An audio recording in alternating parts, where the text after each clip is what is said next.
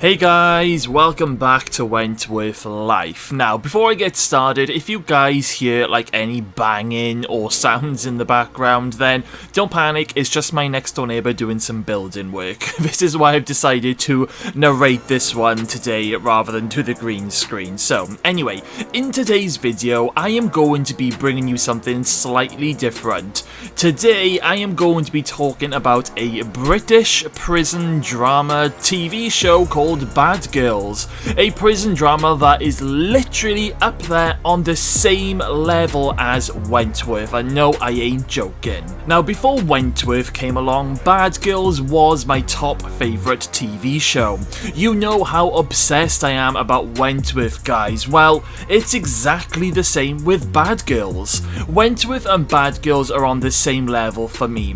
The only difference is when Bad Girls was on TV, there was no YouTube around back then. But if Bad Girls were to ever come back, say this week or even tomorrow, I would definitely start up a new YouTube channel just like what I've done for Wentworth. Now, if you've never seen Bad Girls before, then don't panic. I'm not going to give away any major spoilers or any major death scenes. What I'm going to do is I'm going to talk about some of the main characters in the show and some of the storylines. You may notice a few Wentworth comparisons with some characters because the makers of Bad Girls, they are massive fans of Prisoner Cell Block H. Now, remember, this was before Wentworth ever existed. And at one point in Bad Girls, Prisoner even gets mentioned in Season 5, when Officer Selena Geeson is speaking with her work colleague Officer Colin Hedges, and she says, "Oh, let me see, is that Top Dog?" And Colin turns around and says, "You've been watching too much Cell Block H." Now, Bad Girls aired on ITV in the UK between 1999 and 2006. It lasted for 8 seasons and it has a total of 107 episodes. Season 1 had 10 episodes. Season 2 had 13 episodes. Yeah, I know, a bit of a random number there. Season 3 had 16 episodes. Season 4 also had 16 episodes. Season 5 also had 16 episodes. Season 6 went down to 12 episodes. Season 7 had 13 episodes as it had an extra Christmas special episode. And Season 8, the final ever season, had 11 episodes as there was another Christmas special. So because there are 107 episodes, you can imagine that a lot happens during its 8 seasons. Everything from murder to riots to fights to suicides to officer corruption and even a bomb that blows up the prison. Sounds very similar to Wentworth, doesn't it, guys? Well, that's because it is. Now, the prison in Bad Girls is called Lockhall Prison. The show is situated in G-Wing. Now, unlike Wentworth, where the women have their own units, in Bad Girls the women are situated on 3 levels. You have G1, G2 and G3. The higher the level that you're on, the better the privileges. Now, the lifers tend to be up on level 3, where they can have their own curtains and their own duvet.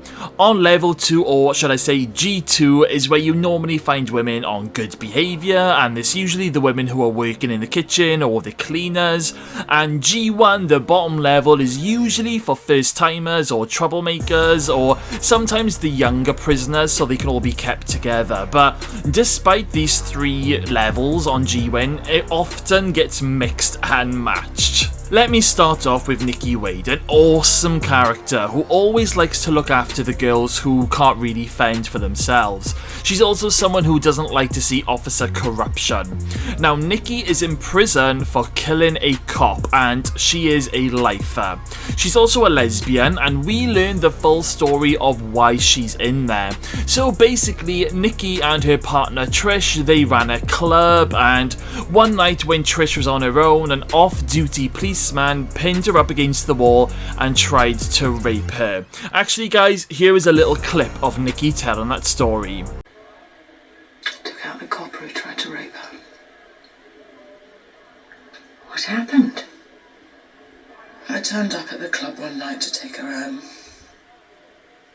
There was just her and this shit who used to come in. D.S. Gossard. You had to butter up the local filth to keep them off your backs. Most of them were okay, but Gossard.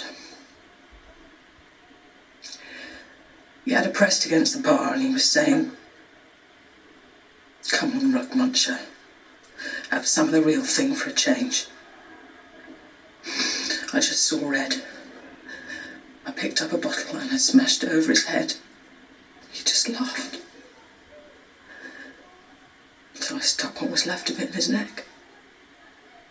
Now, none of this was taken into account when she was arrested, because Nikki, she does have a little bit of an attitude when it comes to the police and people in authority and people who basically abuse their authority, so the courts made an example of Nikki.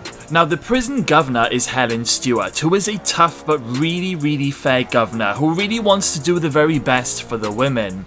However, Nikki Wade falls in love with Helen, and this beautiful love story begins because they do eventually kiss, of course they do, but Helen, she's engaged to a man called Sean, and things get very messy. But I gotta say, Nikki and Helen's love story is one of the best stories in any prison drama that I've ever seen in terms of like love stories now, and their journey goes through some crazy twists and turns, and they both just look fantastic together.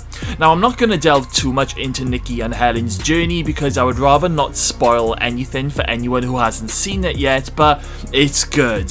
There will be moments where you will cry your eyes out, and there'll be other times where you're like, what the fuck am I watching? The two Julies, oh my god. Now, whenever anyone talks about bad girls, they always talk about how much they love the two Julies. So, you have Julie Johnston and Julie Saunders. Now, they literally have the closest sisterly friendship together. They aren't actually sisters or related by blood in any shape or form, but they may as well be. Now, they were two prostitutes before prison, and I believe that they would sometimes beat up their customers, steal their wallets, and that's why they ended up in prison. They are great. They are definitely the heart of the show. They throw in a lot of comedy from time to time, but these two, they do go through so much in the show, and even though they are pretty much the mothers of the wing, you don't want to get on the wrong side of them. I remember when Julie Saunders cornered Bookie Lester in her cell for giving one of the girls drugs, and Julie literally pins her up against the wall and threatens her to back off. And we have Julie Johnston. Well, I can actually remember a scene where she's in a really bad mood one day, and Officer Sylvia Hutton winds her up, and Julie goes absolutely berserk at Sylvia, and like at one moment it looks like she's gonna smash her, but she just ends up throwing her mop and bucket. It's great. Now, the two Julies are two of the most trusted characters on the show, in my opinion, and you root for them every single time. I think one of my favourite moments of them both is when they basically burn a guy's dick off in the visitor's room. Now, let me just elaborate on that one. So, Julie Johnston's daughter, she ends up in Lockhall as a prisoner at one point, and the two Julies, they learn that the daughter's boyfriend, Damien, is actually her pimp, and he's got her onto drugs. So the two Julies, they lure him in with a fake visitor's form, and while they are making teas and coffees for the visitors, they end up going over to him and they basically throw the hot in onto his bits. Oof. Never piss off a child's mother. In fact, that scene alone reminds me of the time where B. Smith attacks Braden Holt in the visitor's room. Shell Dockley now. Shell is one crazy bitch, and she's proper evil and quite dark in the first season. But as seasons go on, you do get to learn a lot more about Shell Dockley, and she has one of the most disturbing backstories I have ever heard, which I am not going to spoil in this video, but brace yourself, guys. If you do go and watch this for the first time, you're gonna need a strong stomach. Now, Shell, she is in prison because she beat up and tortured a girl who she thought was having an affair with her boyfriend at the time. Not only did Shell torture this girl, she then set fire to her while she was alive and basically burnt her alive to death, which is why Shell is in prison. The judge that sent her down said that she was evil personified. Now, Shell is a big part of the show and she was involved in some of the bigger storylines. She was also sleeping with Officer Jim Fenner, who I will get onto in a little bit, but things got very messy with these two. At one point in the show, Shell escaped with her friend Denny Blood, and where did they go? Well, they went to Officer Sylvia Hutton's house and they took her and her husband hostage. They then made her do some proper messed up shit, like they made her strip and squat, and they dressed her up as a French maid, and they forced Sylvia to serve them a tray of cocaine. It was so messed up, but it was also kind of brilliant to watch at the same time, because Officer Sylvia Hutton, she could be quite an unpleasant, bitchy officer from time to time, but I will talk about her in a little bit. Now, I'm not going to go into any more detail with Shell Dockley, only because I don't want to give any more away, but she's extremely entertaining, she's a crazy bitch, and she's just a character that you love to hate, especially when you get to learn more about her. She's literally an iconic character. Yvonne Atkins. Okay, so Yvonne, she doesn't really arrive in Bad Girls until towards the end of season 1, but my god, she ends up becoming one of Bad Girls' biggest iconic characters of all time, and she ends up becoming the top dog, and she really does look after the women. Now, Yvonne is tough, she can handle herself in a fight, and she ends up in prison because she took out a hit on a man who was apparently planning to kill her husband. She is not a woman to cross, but she is loyal to the women of Lockhall, and she's deeply loved by the fans. She is an amazing top dog and an amazing character. Now, remember I said the makers of Bad Girls were huge Prisoner fans? Well, I definitely feel that Yvonne Atkins is loosely based on B. Smith in terms of how she rules the women and the fact that she also has red hair. And just like Shell Dockley, Yvonne was involved in some of the show's biggest storylines and left us with some amazing iconic moments of the show. Of course, being top dog, she came up against many enemies over the show who didn't like her or they even wanted to become top dog themselves. Now, even though Yvonne could be tough with anyone who crossed the line, she was also extremely caring. I can always remember when Barbara Hunt's stepchildren came in to visit her and they accused her of killing her previous husband, I think it was. Yvonne offered to have the stepchildren's teeth and nails pulled out, which was absolutely hilarious. There was also the time where Denny Blood's mum was a recovering alcoholic and didn't have very much money. So Yvonne arranged for a load of money to be sent to her so she could get her own place and start afresh for like when Denny comes out of prison. And that's the thing with Yvonne, she really cared for people who were loyal to her and she would really look after you, and she also hated bullies. One of the more hilarious moments with Yvonne Atkins was when she smuggled in a few mobile phones, and her, the two Julies and a few of the other women, they started up a telephone sex line service from inside the prison, and they called themselves Babes Behind Bars. It was absolutely hilarious. Denny Blood. Now, Denny is one of those characters who you genuinely dislike at the start of the show, but you eventually end up loving her as time goes on, because she does start off as a horrible, nasty bully, but she ends up changing for the better and she ends up making friends with the women. And once you learn about her backstory, once again, you get to understand why she was the person that she was when the series began. Once again, I won't go into too many spoilers, but there are some brilliant Denny Blood moments. Natalie Buxton. Okay. One of the most evilest characters in the show. She really was a nasty piece of work. However, despite how evil she was, you kind of get mesmerized by her character in a bizarre sort of way. Once again, she's so evil, but it's really hard to put it into words that you kind of like enjoy watching her on screen. There is no tragic backstory for this character, she was just pure evil. So she was arrested basically for sex trafficking girls as young as 12. And now you're probably thinking, why didn't she just get lynched by the other women for doing that to the underage girls? Well, the reason for that is she is a black belt. She knows how to look after herself, and she ends up terrorizing the women and beating them up, and she even beats up one or two characters who we thought would be able to handle themselves, but it gets to a point where nobody in the prison is safe and nobody can take her on. Natalie ends up in some of the biggest fight scenes in the show's history, and it's great. I believe in one of the fight scenes that the actress filmed, she actually did break her nose for real. That's how brutal the fight got.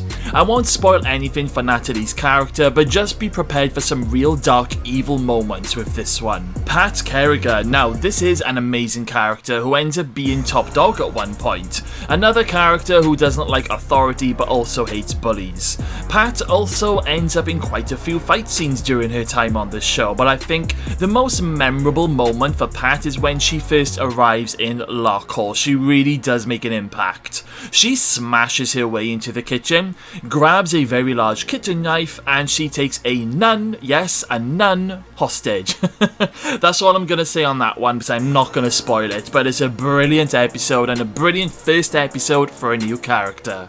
The Costa Cons. Okay, so we have Phil Oswin and Beverly Tull, and these two are inseparable, a little bit like the two Julies. Now, these two end up in prison because they've been conning life savings from pensioners for a very long period of time. And when they arrive in Lockhall, they continue their conning with some of the women, but mainly the officers. And they both love a drink. They end up smuggling in alcohol in ways you would never believe. It's brilliant. They also bring a little bit of light heart into the show, but they are also involved in some big major storylines. My favourite storyline with these two is when they escape from the prison and do a runner to Spain. They then go to this really big posh hotel, and they end up getting a room next to Officer Sylvia Hutton, who's recently got married to Dr. Nicholson from the prison, and they're on honeymoon. It's just a fantastic episode that gets proper crazy. In fact, it's probably one of my most favourite episodes from the show. Snowball Merriman, a big character who turns the prison upside down. Now, Snowball, she had been living in America as a porn star, but she ended up killing her photographer and was looking at a death penalty sentence. So, she went back to England before she got caught, where she was then caught drug smuggling. Of course, Snowball is best remembered as the inmate who blew up the prison in order to escape, which I know sounds very similar to what happened with Lou Kelly in Wentworth. Now, the bomb wasn't quite as big as the Wentworth one, but it did cause absolute carnage, death, put a number of lives at risk, and about 2 inmates, I think it was, they ended up in a ball of flames at one point, and all the women were trapped and there was no way out, and it was proper edge of your seat stuff. Okay, so let's talk a little bit about the staff members. So I'm going to kick this one off with Jim Fenner. Now take note of Jim Fenner's initials here, because the makers of Bad Girls, they purposely gave him the same initials as Joan Ferguson, and they intended to make him an evil screw just like Joan Ferguson, and boy, does he live up to that. Jim Fenner is the most evil prison officer in the entire show's run. He beats up the women who crosses him, he sexually abuses them, takes advantage of the young girls, and it's not long before him and top dog Yvonne Atkins become arch enemies. Now in season 1, Jim was a little bit more tame. He is sleeping with Shell Dockley and another young girl, which gets very messy, but by the end of season 1 we finally get to see what Jim Fenner is capable of, and it just gets worse and worse as seasons go on. There are times where he is beyond evil, and some of the things that he does will have your jaw drop to the floor, and that's me putting it mildly. Jim's character goes through many twists and turns, and not only does he make the life of the women tough and hard, he also rules and manipulates the officers too, just like Joan Ferguson. Jim Fenner really is an iconic baddie. Sylvia Hutton. Now, Sylvia has her faults. She is an old school prison officer who only really sees things in black and white. She's incredibly lazy, who often says that she loves it when the women are in lockdown so that she can pretty much just sit in the staff room with her feet up with a cup of tea. She also has her extremely bitchy moments towards the women and sometimes even the other officers, but she was never totally evil like Jim Fenner was. There are moments in the show where you actually feel sorry for Sylvia. One moment she's a bitch, next minute she's being compassionate. She could be a little bit of a bully from time to time, and she's quite happy to just let the women fight it out amongst themselves. Now, Sylvia, she has a nickname that all the prisoners call her, and that nickname is Body Bag. Yes, her nickname is Body Bag, which is just hilarious, and she carries this nickname all the way through the show. Officer Di Barker. Oh my god, where the hell do I start with this one? Okay, so Di Barker, she starts off the show basically as Vera Bennett. So Di arrives in season 2 and she's living at home with her sick mother who is basically bedridden. Di isn't allowed to have a social life and she's not getting any younger. She's never had a boyfriend, although she desperately wants one. This all sounds familiar, right? It sounds like the same thing that Vera Bennett goes through in both Prisoner and Wentworth versions. But my god, that's where any similarity ends. Things get extremely twisted. Oh god, okay. So Di has the hots for another prison officer, Dominic McAllister. We learn that Di has a little shrine of Dominic in her bedroom. Like, she's literally used lipstick to write his name on her bedroom mirror, and she takes secret photos of him. She's even stolen his passport. She's basically a Fruit Loop. And to make this storyline even more crazy, when things don't work out for Di pretty much loses it with her mum, and she starts to hit and beat her at one point, and well, this happens. Di? Di, is that you home?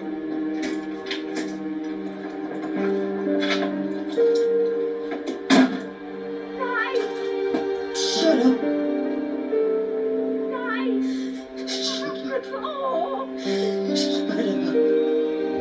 Shut up. Shut up. Shut up. Shut up.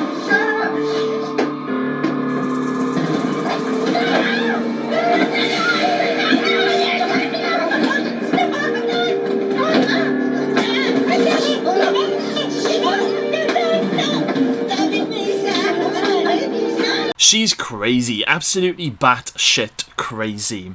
Now, Di goes through a lot of crazy storylines in Bad Girls, and she is completely unhinged and she should not be working in a women's prison.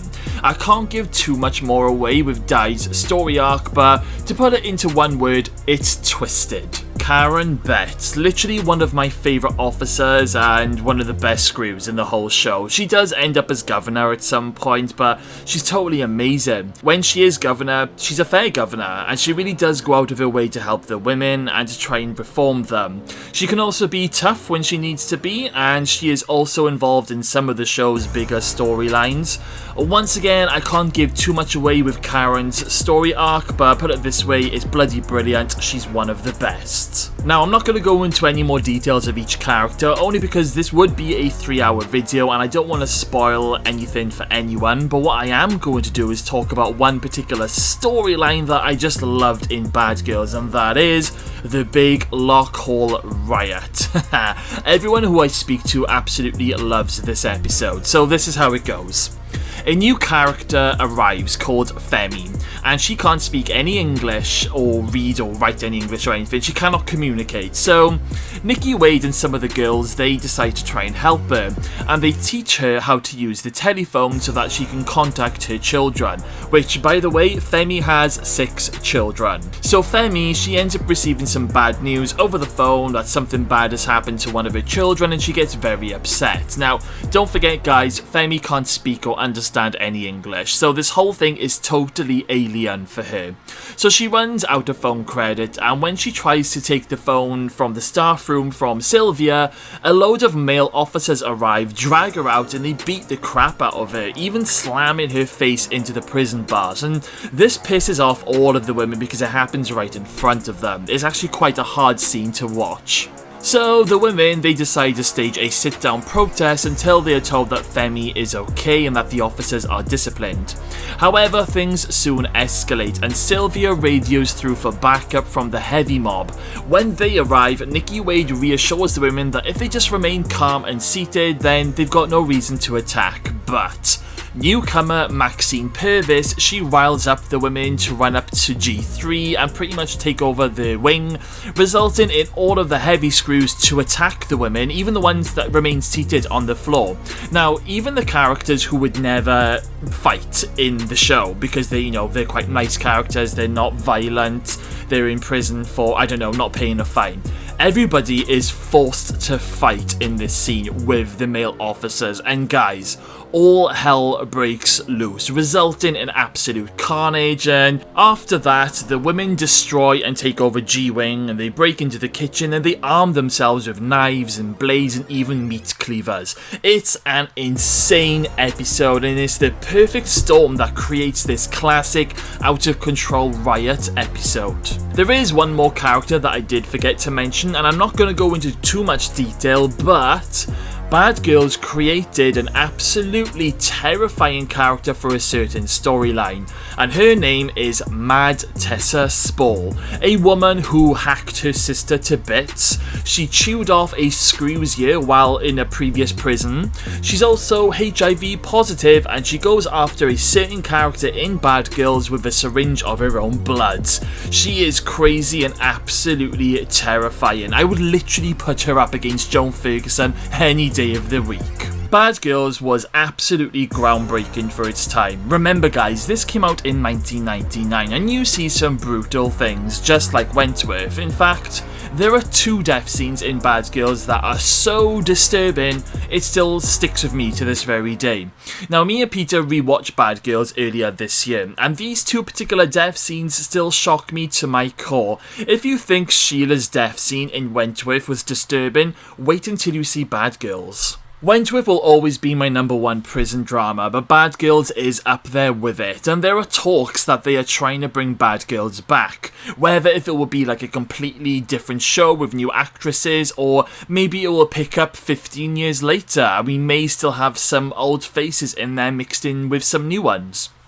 I definitely think it's time for a Bad Girls to return in some shape or form, especially after the huge success of Wentworth. Now is definitely the right time. And guys, if you've never seen Bad Girls, then trust me, this show will feed your Wentworth hunger that I know you're all still craving at the moment. You will not be disappointed. Okay guys, well that's my little review on Bad Girls and my little comparisons with Wentworth. I really hope you've enjoyed this video, as I know a lot of you have been asking me to do this. Now, I do hope that this has given you some insight to go and watch Bad Girls for yourselves, and if you do, drop me a message on social media or leave some comments underneath this video and let me know if you are planning on watching it. Okay guys, well thank you all for watching. Make sure you're all staying safe in this huge heatwave in the UK at the moment, and guys, I'll see you all again very soon.